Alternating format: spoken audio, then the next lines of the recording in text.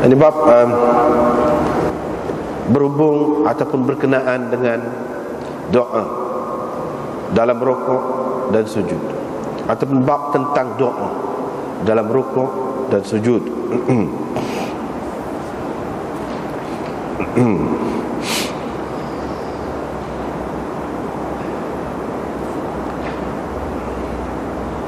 Dengan sanadnya Imam Abu Dawud meriwayatkan daripada Abi Hurairah bahawa Rasulullah sallallahu alaihi wasallam bersabda, keadaan hamba yang paling hampir kepada Tuhannya ialah pada ketika dia bersujud. Oleh itu perbanyakkanlah doa. Dengan sanadnya Imam Abu Dawud meriwayatkan daripada Ibnu Abbas bahawa Nabi sallallahu alaihi wasallam telah menyingkapkan tabir pada ketika orang-orang, yakni sahabat-sahabatnya, sedang berada dalam saf di belakang Abi Bakar. Maka baginda setelah itu ataupun selepas itu baginda bersabda, ya ayyuhan nas, wahai manusia, sesungguhnya tidak tinggal lagi min mubasyiratin nubuwah, daripada berita gembira kenabian, kecuali mimpi yang baik yang dilihat oleh seseorang mukmin ataupun orang lain melihat mimpi ataupun bermimpi tentangnya. Sesungguhnya aku telah dilarang daripada membaca, yakni Al-Quran, pada ketika rukuk ataupun pada ketika sujud. Adapun rukuk, yakni pada ketika rukuk itu, fa'azimur Rabb fihi, maka kamu ta'zimkan Rabb padanya. Wa amma sujud, adapun pada sujud, fajtahidu fid du'a, maka hendaklah kamu bersungguh-sungguh berdoa. Faqaminun an yustajaba lakum, maka adalah layak sekali diterima doa kamu itu. Adalah patut sekali diterima doa kamu itu. Dengan sanadnya Imam Abu Dawud meriwayatkan daripada Aisyah, beliau berkata Rasulullah sallallahu alaihi wasallam banyak mengucapkan di dalam rukuk dan sujudnya begini, yaitu subhanakallahumma rabbana wa bihamdik Allahumma ighfirli. Yata'awwalul Quran, baginda mentakwilkan ataupun menyatakan maksud Al-Quran. Dengan mengucapkan begitu, baginda mahu menyatakan maksud Al-Quran. Ini dia baca subhanakallahumma, maha suci engkau Tuhanku, Rabbana, Tuhan kami, wabika, wabihamdik, dengan pujian kepadamu, Allahumma ighfirli, ya Allah ampunkanlah daku. Dengan sanadnya Imam Abu Dawud meriwayatkan daripada Abi Hurairah bahawa Nabi sallallahu alaihi wasallam selalu mengucapkan dalam sujudnya, Allahumma ighfirli dzambi kullah, ya Allah ampunilah dosaku semua sekali, diqqahu wa jillah, baik yang halus, yang kecil ataupun yang besar, wa awwalahu wa akhirah, yang dahulu dan yang kemudian. Zad Ibnu Sarh menambahkan, ala niyatahu wa sirrah, yang nyata dan yang tersembunyi. Dengan sanadnya Imam Abu Dawud meriwayatkan daripada Abi Hurairah daripada Aisyah, beliau berkata, aku kehilangan Rasulullah sallallahu alaihi wasallam pada suatu malam, maka aku pun menjamah tempat sujud ataupun tempat bersembahyang Nabi sallallahu alaihi wasallam. Rupa-rupanya baginda sedang bersujud dalam keadaan kedua kakinya sedang didirikan, yakni pada ketika sujud itulah, yakni kaki itu didirikan, yakni hujung kaki itu kena pada lantai. Wa huwa yaqul, pada ketika itu baginda sedang mengucapkan, a'udzu biridhaka min sakhatik, aku berlindung dengan keredaanmu daripada kemurkaanmu, dan aku berlindung dengan keampunanmu daripada siksaanmu. Aku berlindung denganmu daripadamu. La uhsi thana'an 'alaika anta kama athnaita 'ala nafsik. Tidak dapat aku hinggakan, tidak dapat aku habisi pujianku kepadamu, seperti mana engkau sendiri memuji dirimu. Bab doa fi shalah. Ini bab doa dalam sembahyang. Dengan sanadnya Imam Abu Dawud meriwayatkan daripada Urwah bahawa Aisyah memberitahunya, sesungguhnya Rasulullah sallallahu alaihi wasallam selalu berdoa dalam sembahyangnya, Allahumma inni a'udzubika min adzabil qabr. Ya Allah, ataupun Tuhanku, sesungguhnya aku berlindung denganmu daripada azab kubur. Aku berlindung denganmu daripada fitnah Masih ad-Dajjal. Aku berlindung denganmu daripada fitnah kehidupan dan kematian. Tuhanku, sesungguhnya aku berlindung denganmu daripada dosa dan hutang.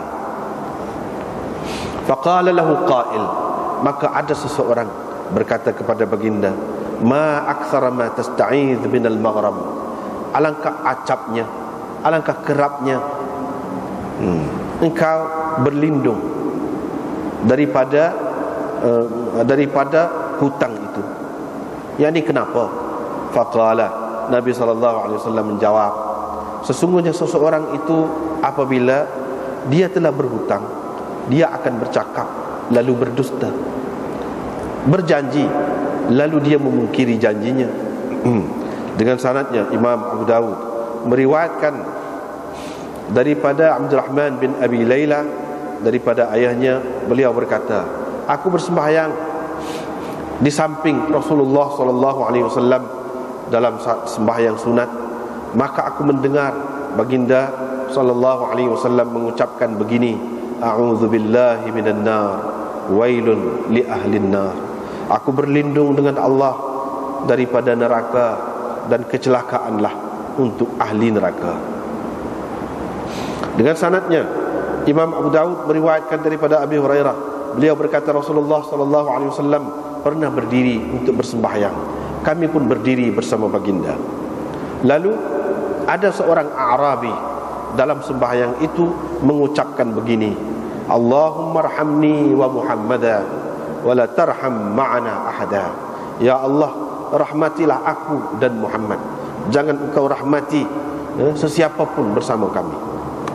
Bila Rasulullah SAW selesai memberi salam, qala lil a'rabi, Nabi SAW berkata kepada A'rabi itu, laqad tahajjarta wasi'an, sesungguhnya engkau telah persempitkan yang luas. Maksud baginda rahmat Allah Azza wa Jalla.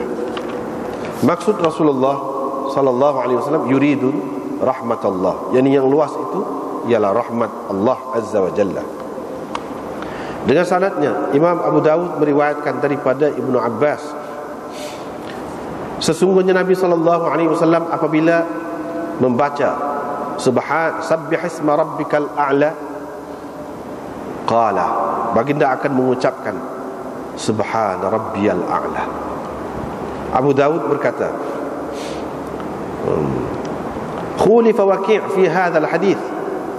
Perawi-perawi yang lain berbeza ataupun bercanggah dengan Waqi' dalam meriwayatkan hadis ini. Hadis ini telah diriwayatkan oleh Abu Waqi' dan Syu'bah daripada Abi Ishaq, daripada Sa'id bin Jubair, daripada Ibnu Abbas secara mauquf. Dengan sanadnya Imam Abu Dawud meriwayatkan daripada Musa bin Abi Aisyah, beliau berkata, ada seseorang bersembahyang di atas rumahnya, dan beliau apabila membaca alaysa dzalika biqadirin ala an yuhyiyal mauta, qala subhanaka fabala, bukankah dia maha berkuasa untuk menghidupkan orang-orang yang telah mati?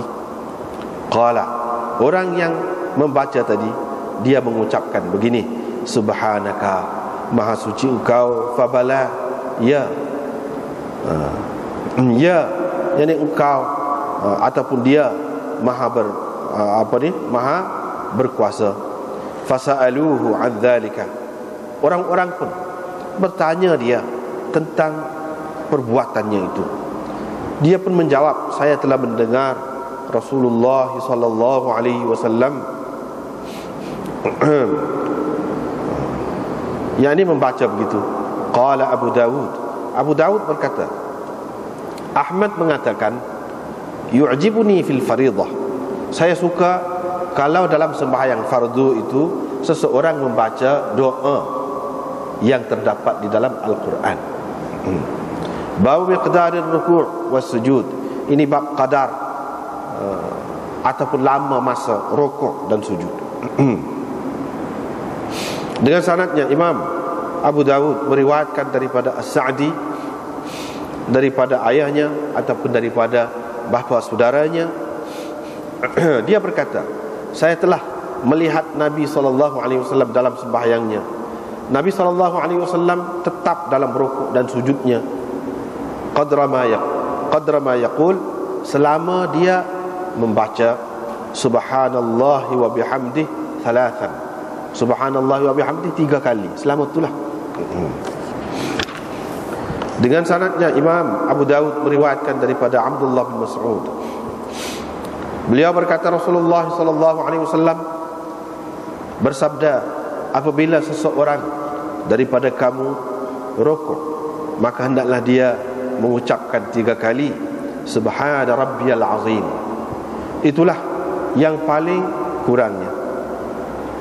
Dan apabila dia bersujud, maka hendaklah dia mengucapkan Subhana Rabbiyal A'la 3 kali. Dan itulah yang paling kurang. Abu Dawud berkata, hadis ini mursal. Aun tidak sempat dengan Abdullah. Dengan sanadnya Imam Abu Dawud meriwayatkan daripada Abi Hurairah. Beliau berkata, Rasulullah sallallahu alaihi wasallam bersabda, sesiapa di antara kamu membaca wattini wazzaitun dan dia sampai ke akhirnya, yaitu selepas habis alaihissallahu bi ahkamil hakimin, maka hendaklah dia mengucapkan bala wa ana ala dzalika minasyahidin. Ya, saya di antara yang bersaksi tentang perkara ini. Dan sesiapa yang membaca la uqsimu biyaumil qiyamah, aku bersumpah dengan hari kiamat, dan dia habis membaca alaysa dzalika biqadirin ala an yuhyiyal mauta, maka hendaklah dia mengucapkan bala, ya. Dan sesiapa yang membaca wal mursalat, lalu dia sampai ke akhir ayatnya, yaitu fa bi ayyi haditsin ba'dahu yu'minun, habis itu dia pun hendaklah dia mengucapkan amanna billah, kita beriman kepada Allah. Ismail berkata, aku pergi untuk mengulang semula daripada orang Arabi itu, dan untuk melihat kemungkinan. Faqala, dia pun berkata, wahai anak saudaraku, atau kalau kita bahasa Kelantan, awal, atau zunnu, adakah kamu ingat aku tidak ingat lagi? Yani hadisku itu, aku telah buat haji, aku telah mengerjakan haji 60 kali. Tidak ada satu haji pun daripada 60 haji itu melainkan aku kenal unta yang aku naik haji, unta yang aku gunakan untuk pergi naik haji. Dengan sanadnya Imam Abu Dawud meriwayatkan daripada Anas, beliau berkata, tidak pernah aku bersembahyang di belakang seseorang selepas Rasulullah yang lebih serupa sembahyangnya dengan Rasulullah daripada pemuda ini. Mana tidak ada orang yang aku lihat paling serupa sembahyangnya dengan sembahyang Rasulullah selepas Rasulullah daripada pemuda ini. Maksud beliau Umar bin Abdul Aziz. Qala, perawi berkata, fahazarna fi ruku'ihi, kami pun kira agak dalam rukuknya itu 10 kali tasbih. Dalam sujudnya juga 10 kali tasbih. Qala Abu Dawud berkata, Ahmad bin Saleh berkata, qultu lahu, saya berkata kepadanya, yakni kepada gurunya Abdullah, manus atau mabus. Nama Wahab bin Manus ke Wahab bin Mabus. Dia pun berkata. Adapun Abdul Razak, dia berkata mabus, tetapi ingatan saya ialah manus. Ini adalah lafaz Ibnu Rafi'. Ahmad meriwayatkan daripada Sa'id bin Jubair, daripada Anas bin Malik. Ini kita masuk tentang doa dalam rukuk dan sujud. Doa ini pada hakikatnya ialah minta apa-apa dengan Allah Subhanahu Wa Taala dengan penuh merendah diri, dengan penuh harapan kepadanya. Itulah yang dikatakan doa.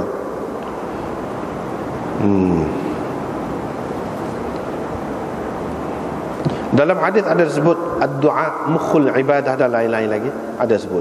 Ini pentingnya doa itu, istimewanya doa itu dalam Islam diajarkan oleh Nabi SAW. Sekian banyak doa-doa. Dan doa ni bukan di luar sembahyang, dalam sembahyang pun ada juga, boleh juga kita lakukan. Setengah-setengah daripadanya itu memang warid, yang ni hak kita terima daripada Nabi SAW ada.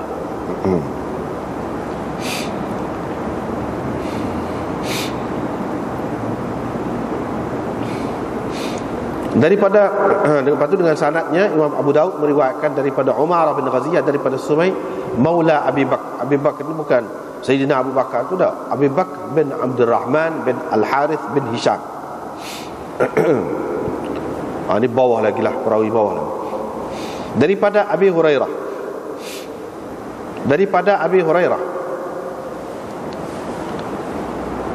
bahawa Rasulullah sallallahu alaihi wasallam bersabda, aqrabu ma yakunu al-'abd min rabbih wa huwa sajidun.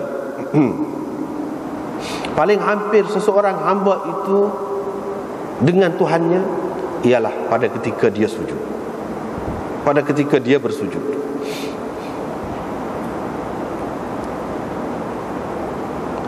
Dan ini dalam syarah dia sebut qala al-qari. Al-qari itu maksudnya Mulla Aliul Qari. Di sini Nabi SAW mengisnadkan qurb ini ilal waqt, paling hampir.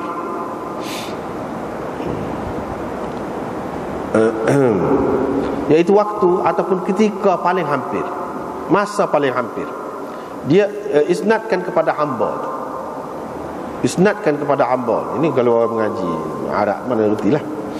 Itu secara majaz, maksudnya ketika dia sujud itu paling hampir dia pada ketika itu dengan Tuhan daripada pada ketika yang lain. Itu makna perbandingan antara ketika itu dengan ketika yang lain. Hak tu paling hampir dengan Tuhannya. Ada juga ulama mengatakan itulah makna dia aqrabu akwanil 'abd wa ahwalihi min ridha'i rabbih wa 'ata'ihi wa huwa sajidun. Gitu maknanya. Paling hampir keadaan hamba daripada redha Tuhannya ataupun dengan keredaan Tuhannya dan dengan kurniaan Tuhannya ialah pada ketika dia bersujud. Itulah paling hampir. Ada juga ulama mengatakan aqrab itu jadi mubtada, khabarnya mahdhuf.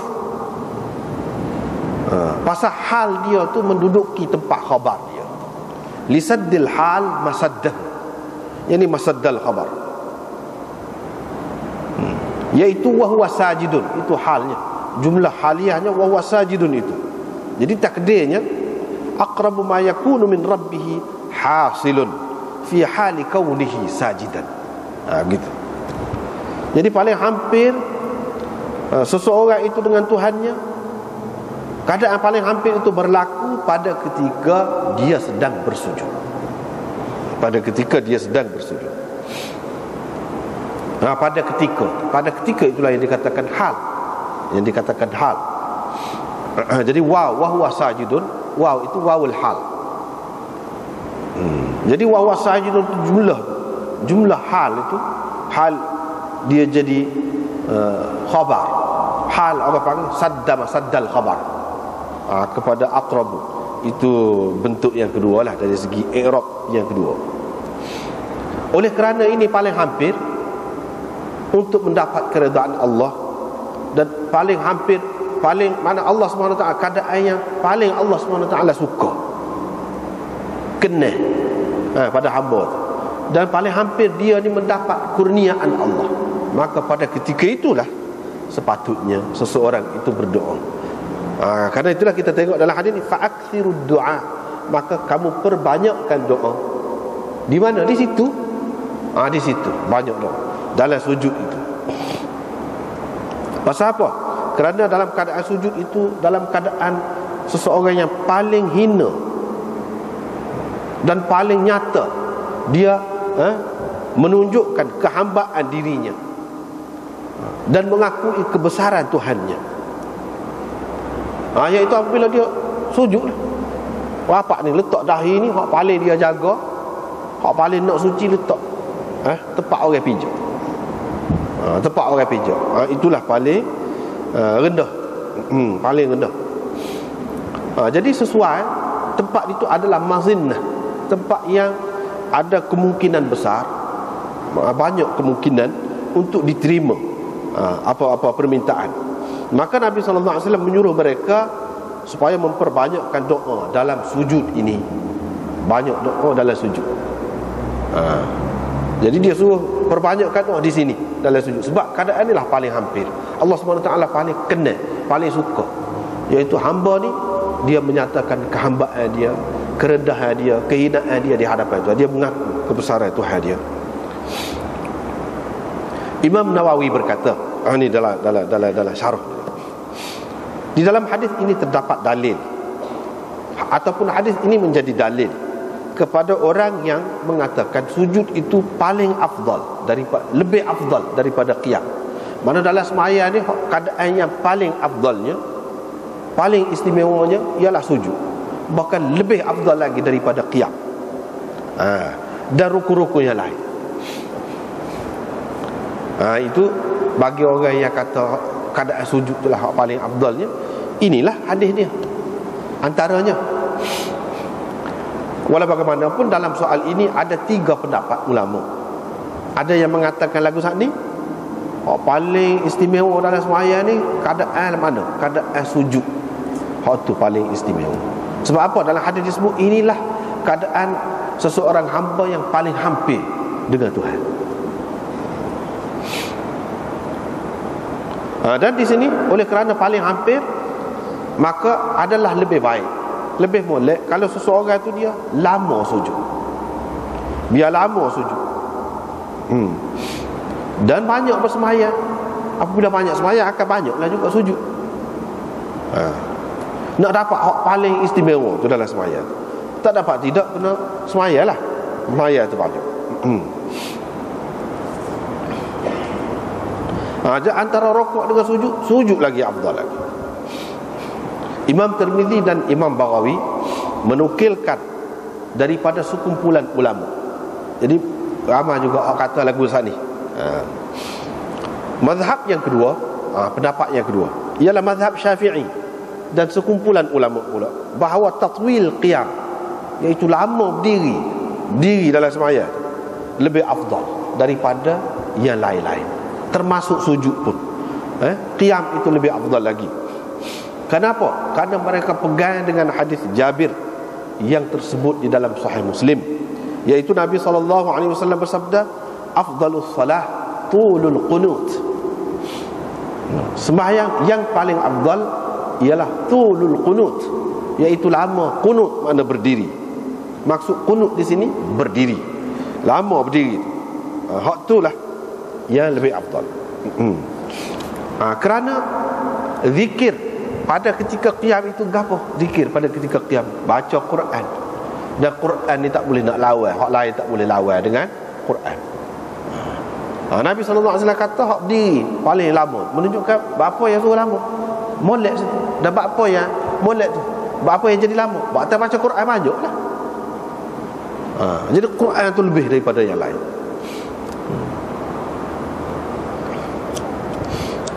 Dan zikir pada bahasa sujud itu ialah tasbih. Tasbih pada ketika sujud, kepada ketika rokok kan, subhana rabbiyal azim, subhana rabbiyal a'la, mana tasbih. Zikir pada ketika qiyam itu baca Quran, tak boleh lawan Quran ni, hak lain tak boleh lawan. Dan kerana banyak hadis-hadis kita dapati, ni alasan yang kedua, kita dapati daripada Nabi SAW baginda lama berdiri, lebih banyak hak lama berdiri daripada lama sujud ataupun rokok. Hak lebih banyak ni Nabi lama qiyam. Nak banding dengan sujud ada juga, tapi tidak sepanjang hak qiyam dan tidak sebanyak hak qiyam. Riwayatnya. Nah, ini yang kedua, pendapat yang kedua. Pendapat yang ketiga, serupa ya. Qiyam dengan sujud ni lebih kurang. Tak boleh nak kata hak tu hak ni. Itu terpulanglah kepada Allah Subhanahu Wa Taala nak terima lagu mana. Imam Ahmad tak saya kata dalam masalah ni, dia tak saya bagi pendapat dia. Dia katakan walam yaqdi fiha bi syai'. Dia tidak memutuskan apa-apa. Dia tak buat keputusan. Dia senyap. Maknanya bagi dia tak boleh nak katalah kat tu ni. Menunjukkan dua tempat ini adalah yang paling istimewa dalam sembahyang. Ishaq bin Rahawih pula berpendapat. Dia kata kalau tengah hari hak lebih molek rokok sujud. Hak tu lebih molek. Rokok dan sujud. Yang ni kalau banyak lah, ataupun kalau lama. Adapun pada ketika malam, qiyam itu hak lebihnya. Kalau lebih panjang, lebih lama, qiyam itu lebih baik. Sebab apa? Sebab kan kalau tengah hari lama pun tak dengar baca tu. Imam baca ke dia tak dengar. Dia baca kohar. Tapi kalau malam lama qiyam tu, kalau dengar tu imam kan boleh dengar. Dan menambahkan khusyuk mana orang yang bersembahyang tu.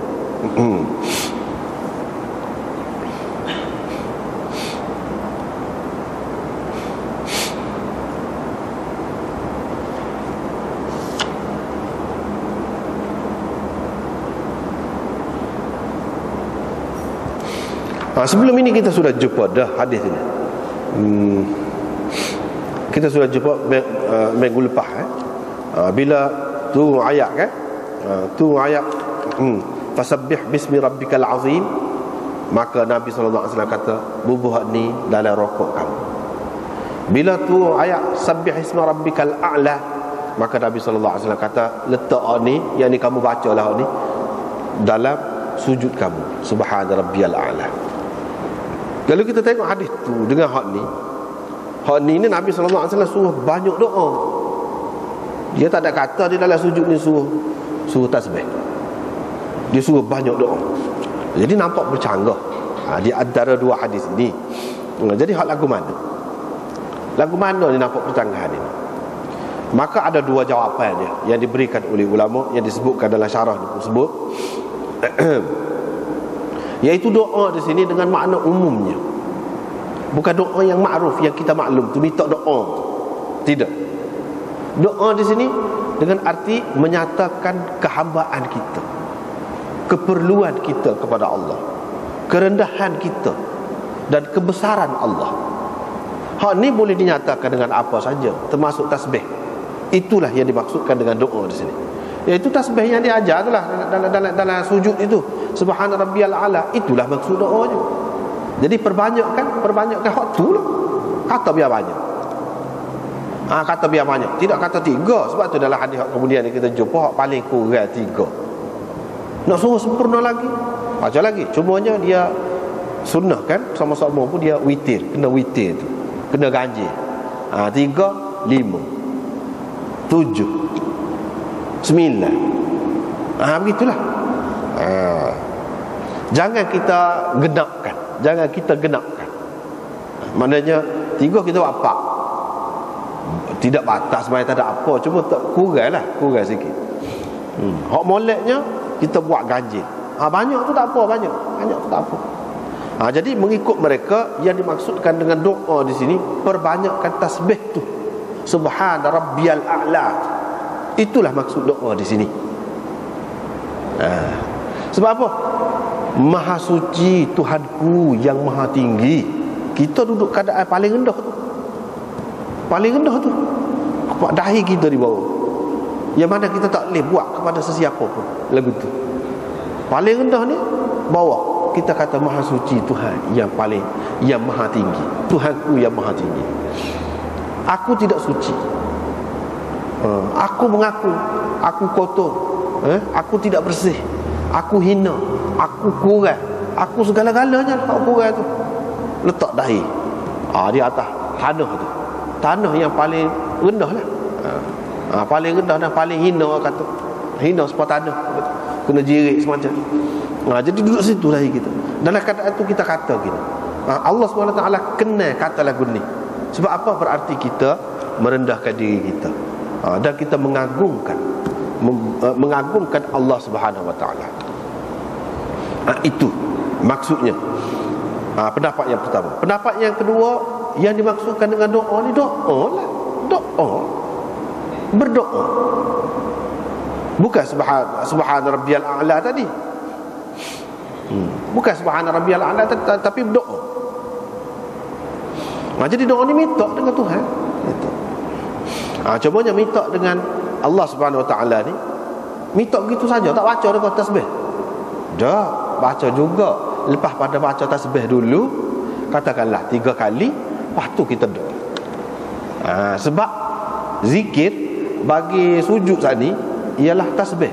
Hak tu hak sebenar dia je. Jadi kita kena mulakan dengan hak tu dulu lah. Lepas pada mula dengan hak tu, selesai tu baru doa. Itu maksudnya di sini.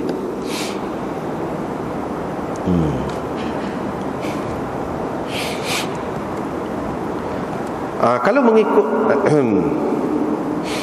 kalau mengikut hak pendapat yang kedua ni, doa ni, maka boleh doa belaka kau semua orang kau.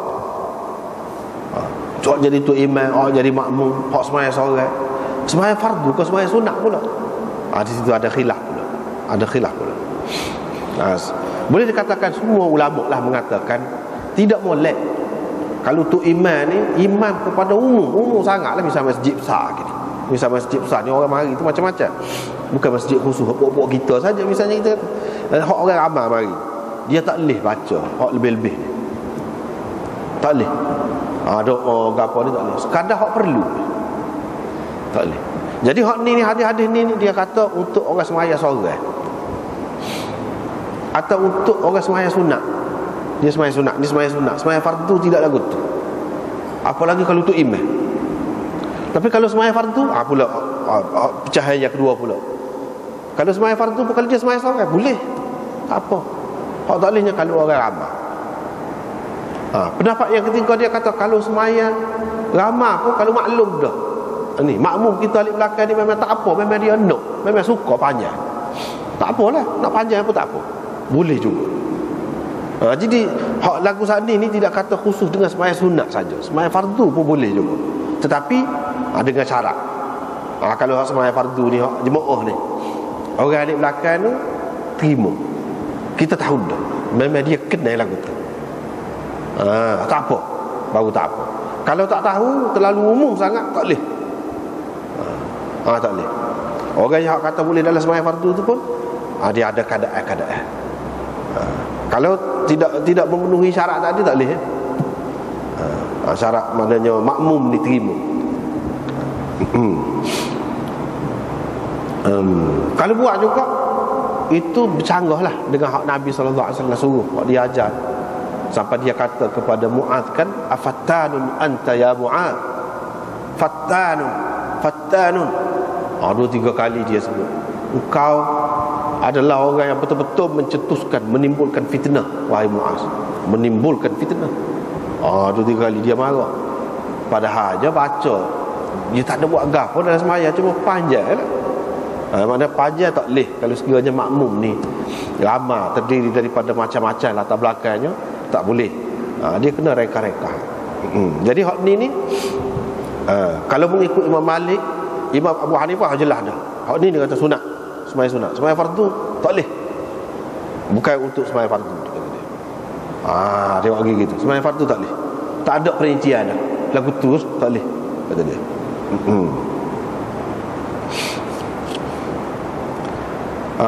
Seterusnya riwayat daripada Ibnu Abbas. Riwayat daripada Ibnu Abbas bahawa Nabi SAW menyingkapkan tabir. Dia buka tabir dia tengok. Dekat akhir dia nak mati, dia tengok orang-orang duduk sah, dalam sah. Ramailah sahabat-sahabat ni. Sayyidina Abu Bakar jadi tu imam. Lepas tu dia kata, lepas selesai sembahyang lah, bukan kata selalu, lepas pada tu dia kata tak ada dah hak berita gembira daripada kenabian ni, yang berkait dengan kenabian ni, tak ada dah, kecuali ar-ru'yah salihah. Lepas pada ni, lepas pada dia tak ada dah, maksudnya tak ada dah yang memberi berita gembira kepada manusia yang bukan daripada hasil usaha seseorang tu. Allah SWT beri.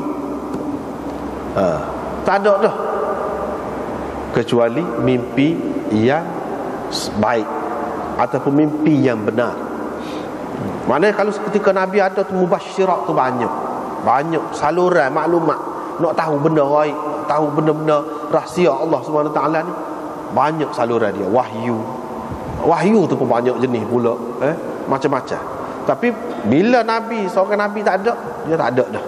Ni dia kata bila dia tak ada dah. Tapi hak ni dia pun semasa dia pun ada juga melalui mimpi. Tapi mimpi dia pun wahyu juga, tapi melalui mimpi lah. Hak ni tetap akan ada. Hak ni tetap akan ada. Bukan makna menjadikan seseorang itu sebagai Nabi. Nak ceritanya hak ni juga adalah salah satu kurniaan Allah. Allah bagi kepada Nabi dan kepada orang lain. Hak kepada Nabi tu banyaklah salurannya. Hak lain, hak ini salah satu. Ini salah satunya mimpi ni. Bila Nabi tak ada, hak saluran lain tu memang tak ada lah. Hak adanya hak ni. Jadi hak ni ada lagi, mana boleh pakai lagi. Boleh pakai lagi. Hak orang Islam mimpi, ataupun dia tidak mimpi sendiri, orang lain mimpi berkenaan dengan dia. Itu mana tura lah. Dia tidak mimpi sendiri, orang lain mimpi berkenaan dengan dia. Penting juga tu. Tidak semesti mimpi sendiri. Boleh berlaku juga orang lain mimpi. Hak tu ada lagi. Dan hak ni boleh pakai. Boleh pakai dengan syarat-syarat dia lah. Dengan syarat-syarat dia lah. Adalah tanda-tanda dia. Mimpi-mimpi yang benar, mimpi-mimpi yang baik tu, dia ada tanda-tanda dia. Hak ni akan tetap ada. Dan hak ni disebut sebagai satu juzuk daripada 60 juzuk kenabian. Maksudnya seseorang Nabi tu dia mempunyai, kalau kita kata saluran maklumat lah, 60. Salah satunya mimpi. Jadi bila Nabi SAW tak ada, orang lain dia boleh ni satu saluran ni boleh harap ni. Boleh harap ni. Sekiranya betul lah mimpi. Sebab tu dia sebut mimpi yang betul. Kalau mimpi tak betul tu orang panggil adghafu ahlam, ngarut lah.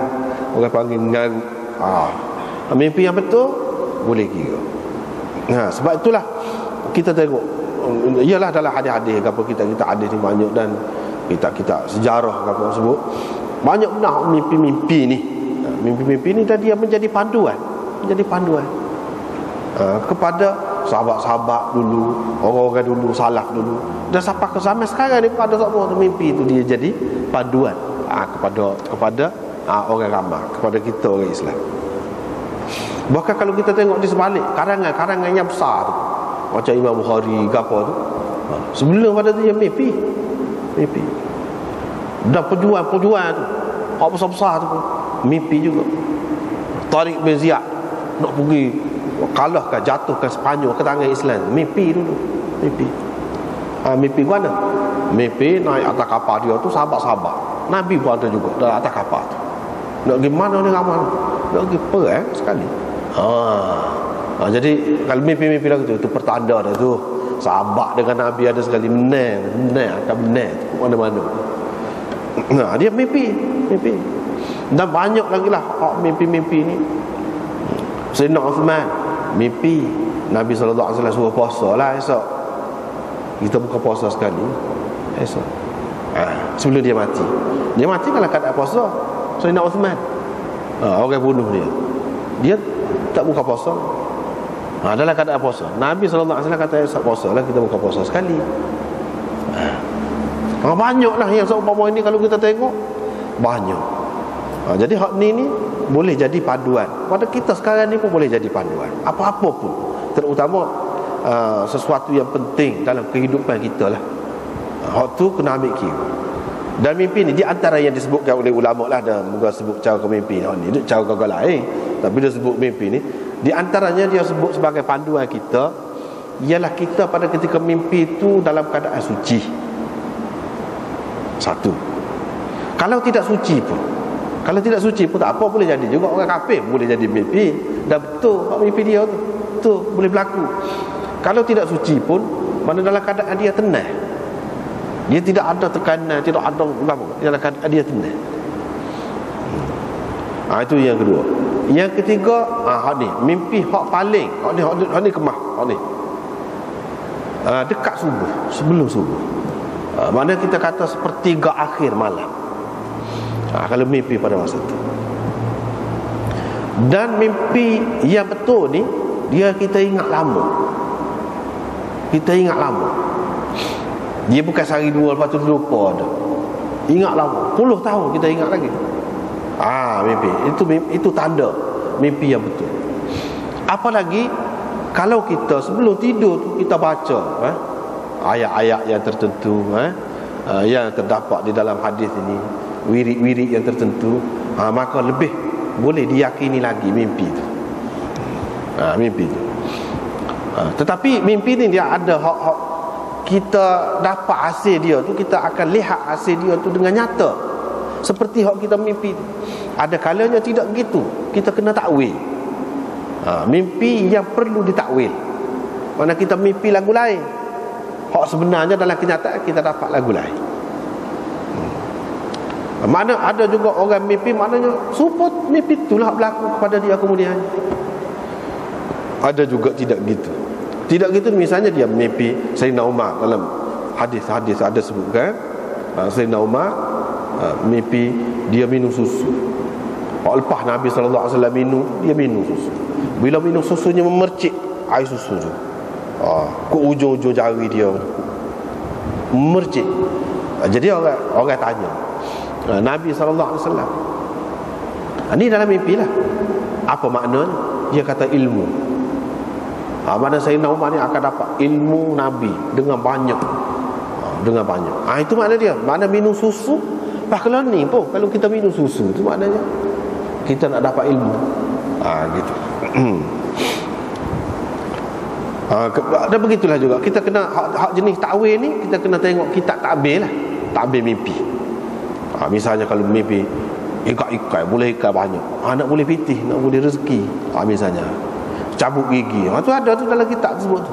Gigi mana pula, dia ada perincian dia pula. Ada orang nak mati ke, nak sakit ke, keluarga kita lah, boleh jadi panduan. Memang jadi panduan.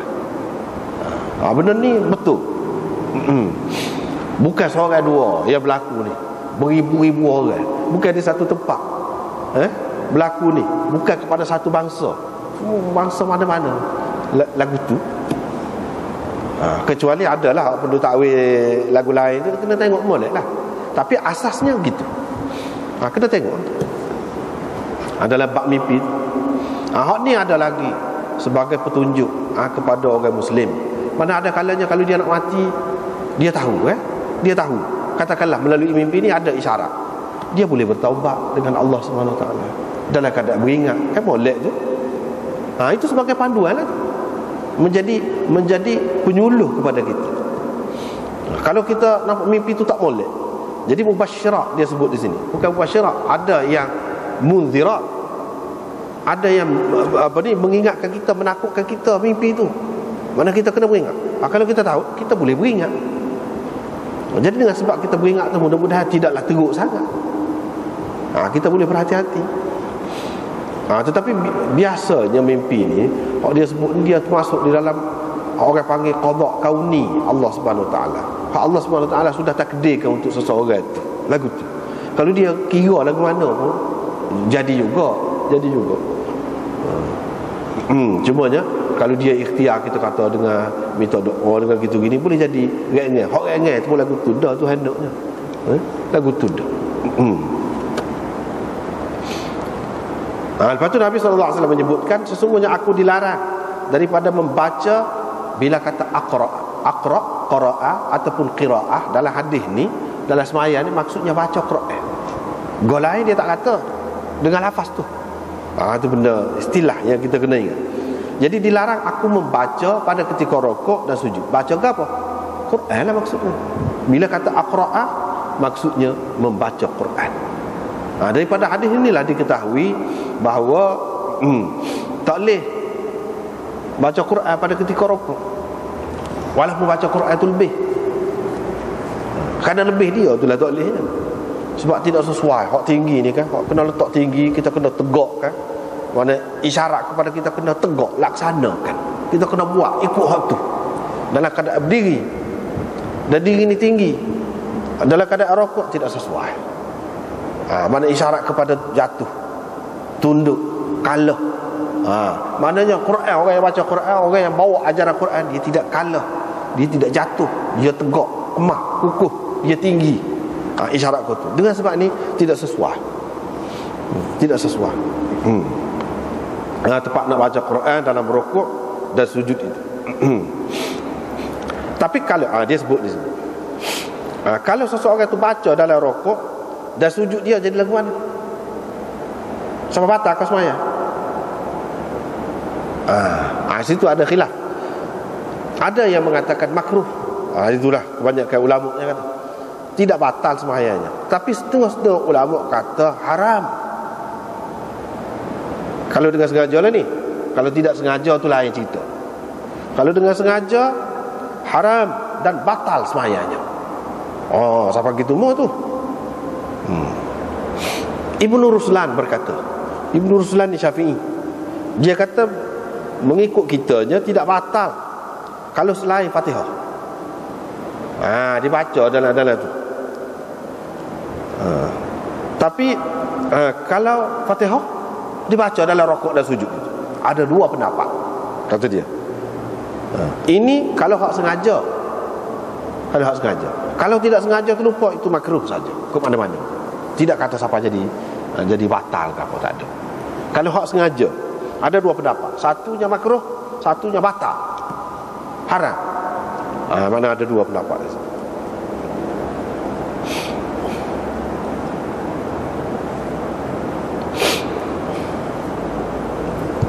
Ada pun rukuk. Jadi ni Nabi SAW nak cerita, dah tak boleh baca Quran, nak baca ke dia. Ada pun rukuk, maka kamu agungkan Rabb padanya, ataupun di dalamnya. Kamu agungkan. Azimu, ta'zim lah. Masdar dia hanya ta'zim. Jadi hak Nabi SAW ajar je. Banyak lah kita jumpa sebelum pada ni pun akan datang, akan jumpa lagi. Subhana rabbiyal azim. Itu makna ta'zim tu. Kata subhan Rabb, azimur Rabb. Rabb tu Rabbi tu. Subhana rabbiyal azim. Itu hak yang dibaca je dalam rukuk, bukan baca Quran. Adapun sujud, maka kamu bersungguh-sungguhlah berdoa. Doa dengan sungguh-sungguh. Ini tempat doa yang molek ni. Tempat doa yang molek. Kalau kita sembahyang hajat, kau sembahyang gapo kau untuk sendiri kita lah, molek di sini. Pada ketika sujud itulah doanya. Faqaminun, maka kalau kamu berdoa pada ketika ni, qaminun, layak sekali. Layak sekali, patut sekali akan diterima daripada kamu, untuk kamu. Akan diterima oleh Allah untuk kamu, doa kamu. Kalau kamu doa pada masa ni, layak, memang tempat yang sesuai untuk yang diterima ni. Jadi mudah diterima pada ketika ni.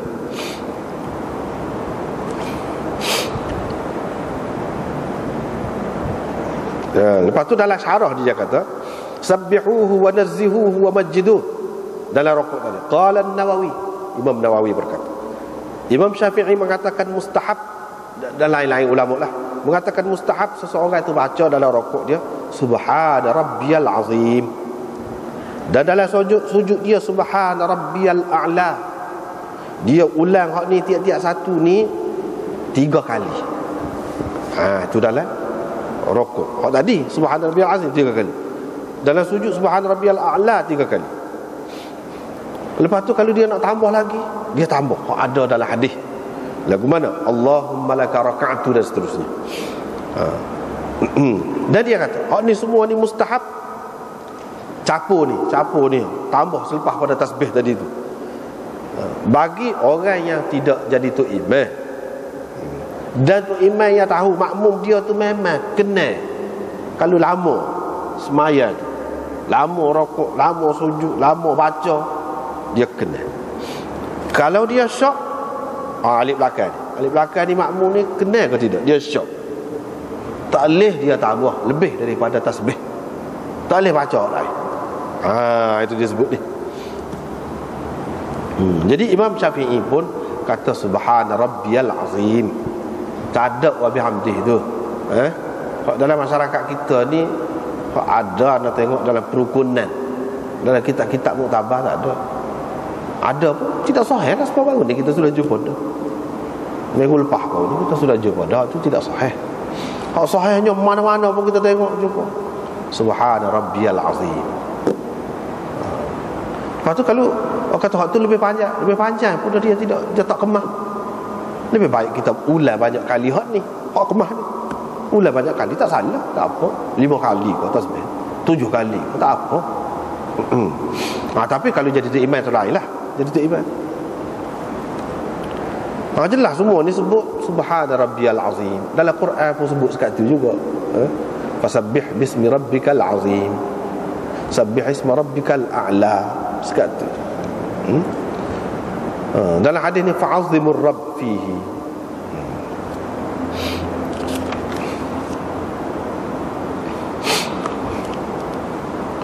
Jadi hak ni doa ni kalau mengikut Imam Malik, Imam Abu Hanifah dalam sembahyang sunat. Hak ni.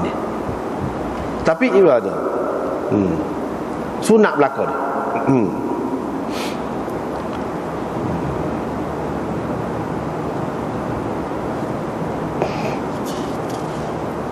Tapi kalau sembahyang fardu sebab tak adilah. Boleh lah kalau dalam keadaan makmum tak apa. Dengan sanadnya Imam Abu Daud meriwayatkan daripada Aisyah, beliau berkata Nabi SAW banyak membaca dalam rukuknya dan sujudnya subhanakallahumma rabbana wa bihamdika Allahumma ighfirli. Dia baca lagu. Jadi hak ni ya ta'awwalul Quran. Nabi SAW nak menyatakan maksud Al-Quran. Maksud Al-Quran ni hak mana?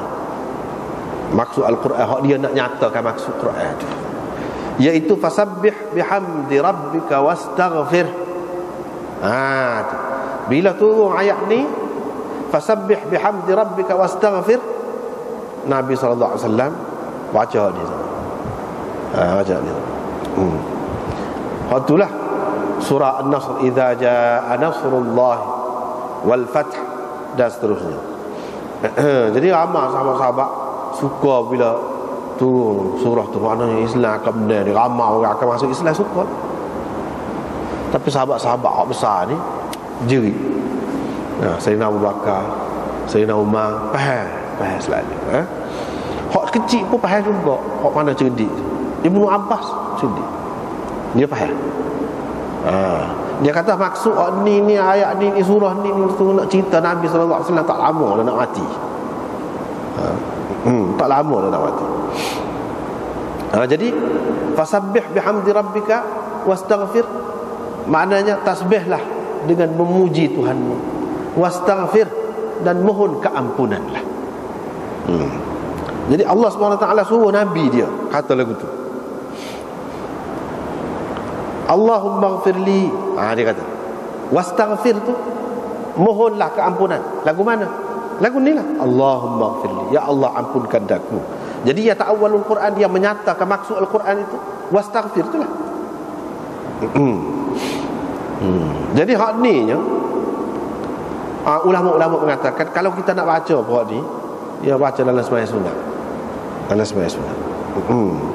Setengah-setengah ulama mengatakan bahawa hak ni baca hak ni khusus dengan Nabi sallallahu alaihi wasallam sahaja. Khusus dengan Nabi sallallahu alaihi wasallam sahaja. Sebab apa? Hak dalam suratul Nasr ni menceritakan tentang hampirnya wafat Nabi sallallahu alaihi wasallam. Dan hak ni suruh dia. Suruh dia. Bukan suruh umat dia. Nak baca dalam sembahyang ni, dia menyatakan ni keadaan dia mengikut setengah ulama lah. Tapi kalau mengikut orang lain, tidak khusus. Tidak khusus. Ramai juga yang mengatakan tidak khusus. Kalau kita nak baca pun apa je. Jadi Allahumma ighfirli itu mohon keampunan, itu keampunan daripada ketelanjuran ataupun tersalah ataupun tergelincir bagi nabi-nabi ini. Bukan ampun di makna mereka itu berdosa, minta ampun daripada dosa, melakukan dosa, tidak. Mana sekadar itulah. Setara tu pun Allah SWT suruh minta ampun, apatah lagi kalau memang dosa. Kalau memang berdosa, apatah lagi kalau kita memang yang tidak maksum, tidak terpelihara daripada dosa ni, lebih-lebih lagi lah moleknya minta ampun. Nah, kalau kita minta ampun, maksudnya minta ampun daripada dosa, sebab kita tidak terpelihara daripada dosa. Kalau katakanlah kita tak ada dosa, masuk dalam serupa dengan hak nabi-nabi tu, suruh minta ampun tu. Hak ketelanjuran kita tidak sengaja, hak kita tak sedar molek, hak kita tersalah. Tersalah tu kerana kecuaian lah sikit sebanyak dalam keadaan tidak sedar. Hak tu maksudnya.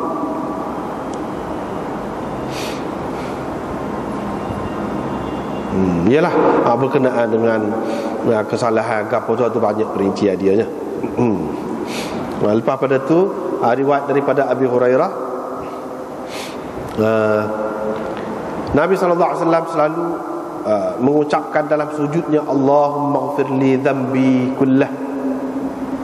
Di sini menunjukkan macam Nabi SAW ni ada dosa, padahal tidak dosa. Sebutkan dosa tu mana kerana kesalahan ataupun ketelanjuran itu, bagi dia berasa besar dah. Berasa besar dah. Sebab itu dikatakan dosa tu, ataupun maksudnya dia nak ajar umat dia di sini ni, supaya umat dia baca, maksudnya gitulah. Adapun kepada dia, untuk dia bukan dosa, itu adalah kesalahan. Kesalahan yang memang tidak dimaksudkan. Misalnya kesalahan dengan isteri, mungkin isteri ramah kan, mungkin salah terlanjur kecap atau serati ke, benda-benda lagu tu, benda-benda lagu tu. Dengan tidak sengaja ada sahabat tu dia tarik derah sikit kau, sahabat tu kecil hati kau apa kau, benda-benda gitu. Bukan sebenarnya dikira sebagai dosa. Hak lagu tu. Sebabnya Nabi SAW kan pernah tanya sahabat dia, siapa kalau ada saya buat salah ke dia, dan dia ada berasalah terkilan, dia nak balas hari ni boleh. Dia nak balas tak apa, boleh. Ada seorang sahabat dia kata ada saya, orang lain kejut lah, kata apa nak balas lagu mana pula. Tapi ketika Rasulullah buat saya dulu tu, saya tak baju, kata dia, mana kena pecah baju. Mana dia nak, mana Rasulullah tarik dia derah sikit. Kamu nak perang, nak jadi tentera, tak boleh buat lembek-lembek. Jadi maksud tu ada maksud, bukan sengaja nak derah, nak berasa hati ke dia, tak. Memang perlu kena kerah lagu tu, kena tarik derah. Sebab nak pergi perang tak boleh buat lembek-lembek gitu. Jadi dia perang, Nabi pecah baju, pecah dia pergi dakak, dia pergi siu. Benda-benda lagu tu lah. Katakanlah kalau Nabi SAW tak buka peluang saat ni, dia ada tu dalam hati dia tu, walaupun dia tidak akan balas, tapi ada sesuatu yang berasa derah kita kata, dia tidak selesa lah lagu tu. Benda-benda lagu ni kalau Nabi-Nabi tu bukan maksudnya buat dosa semua, tapi disebutkan dosa tu sebab bagi dia sudah besar, setara tu pun besar dah. Kalau bagi kita tidak dosa lagi lagu tu, tidak dosa, tidak boleh, orang tak panggil dosa lagu tu. Hak kita tidak sengaja,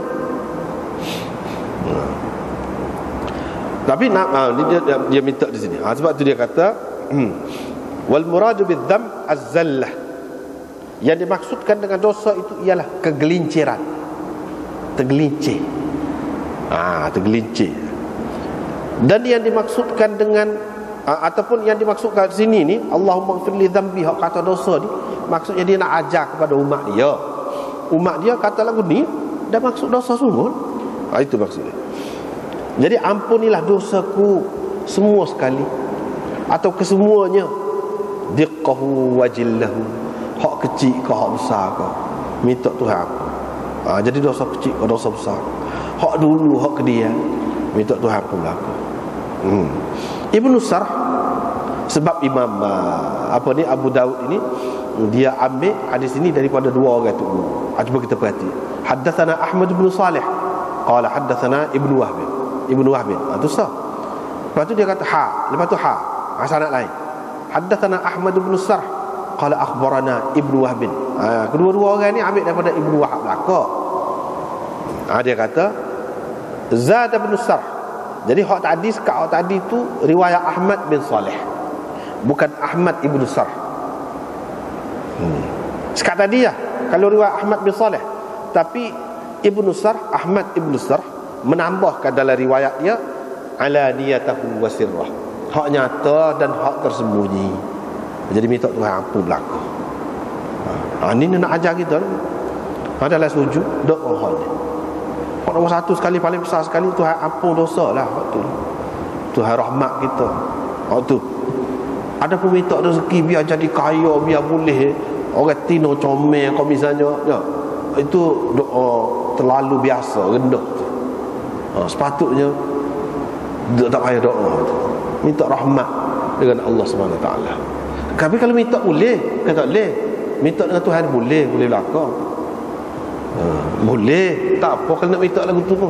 Minta nak kaya, biar pitih banyak. Tapi molek sikit, molek sikit. Kalau minta banyak untuk nak buat kebajikan, biar boleh pitih banyak, Tuhan bui serta boleh banyak tu untuk buat kebajikan kita ni. Terbuka hati semua untuk buat kebajikan misalnya. Biar lagu tu.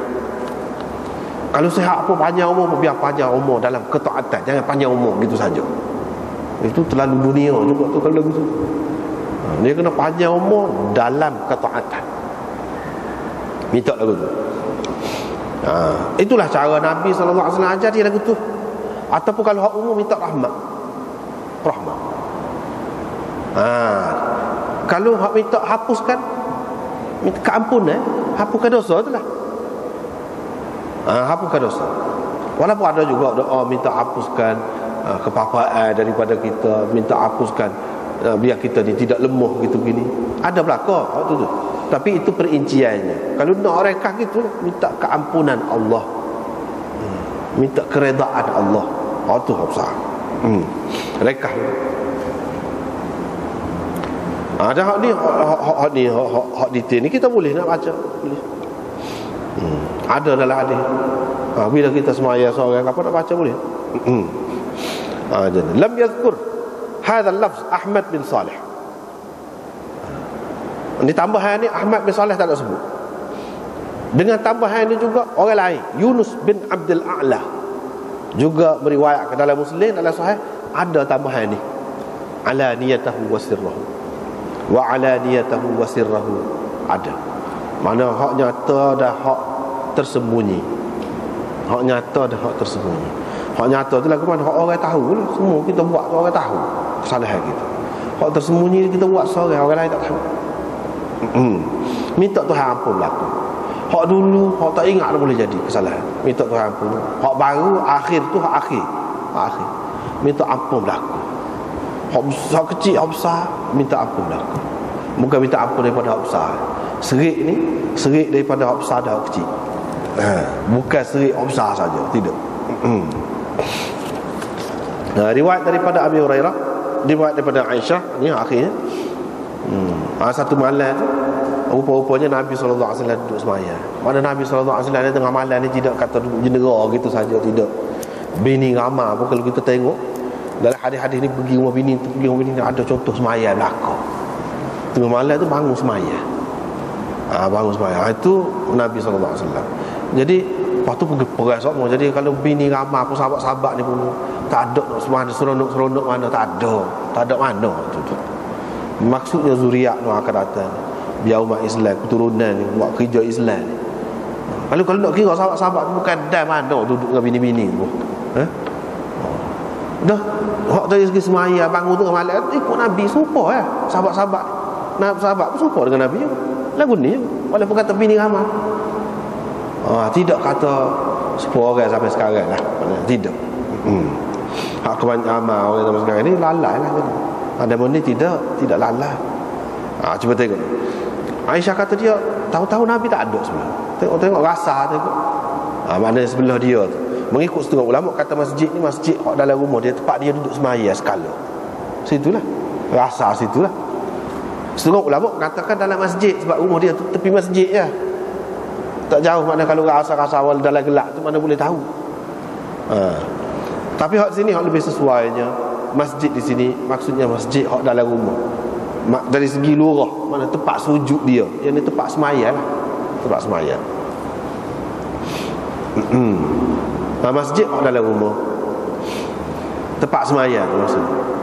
Dia pun rupa-rupanya dia duduk sujud dalam keadaan kaki dia terangkat gitu. Dia tahu mana boleh jadi dia rasa kena. Adalah demo-demo kata tak patah semaya ni setung dengan bini apa tu. Dia tahu mana kaki duduk cacar gitu dalam gelap. Mana kalau Nabi SAW kata jangan duduk asal kau sih, takut patah semaya kita duduk semaya. Dah tak ajih lagu tu, tak ajih. Ada dalam hadis lah. Mana ada gitu. Rupa-rupanya Nabi SAW duduk baca lah. Baca tu agak derah lah. Dia dengar, aku berlindung dengan keredaanmu daripada kemurkaanmu. Adalah sujud. Berlindung dengan keredaan daripada kemurkaan. Keredaan siapa? Keredaan Tuhan. Kemurkaan tu kemurkaan dia juga. Dia berlindung dengan keredaan Allah. Barulah kita boleh selamat. Kalau dengan keredaan orang lain belum tak boleh lagi. Tak selamat lagi daripada kemurkaan Tuhan. Dan aku berlindung dengan keampunanmu daripada hukumanmu, seksaanmu. Tuhan kalau dia tidak ampun boleh jadi dia akan seksa kita. Kalau dia ampun, kita berlindung dengan keampunan dia daripada seksaan dia, hukuman dia. Mana kita akan terhindar daripada hukuman dia. Ringkasnya, aku berlindung denganmu daripadamu. Denganmu tu tadilah dengan keredaan, dengan keampunan. Daripadamu tu maksudnya daripada kemurkaan, daripada keseksaan, dan daripada benda-benda lain lagi lah. Hak tak molek pun daripada Allah. Hak molek pun daripada Allah SWT. Kita berlindung dengan hak molek daripada Allah SWT. Daripada hak tak molek. Hak tak molek pun daripada Allah SWT juga. Dan memang pun kalau hak daripada dia berlaku, kalau kita berlindung dengan hak lain tak selamat. Kita berlindung dengan dia, hak tu lah hak paling selamat. Aku tidak dapat menghinggakan. Nak peresuk, nak puji engkau ni tak boleh, tak habis. Tak habis. Tidak ada lidah, tak cukup lidah sah. Seperti mana engkau puji dirimu sendiri. Bapa Tuhan puji diri dia sendiri. Mana setiap perbuatan Tuhan, hak Tuhan buat ni terpuji berlaku, molek berlaku. Walaupun apa tak molek. Molek berlaku. Patut dipuji berlaku hak dia.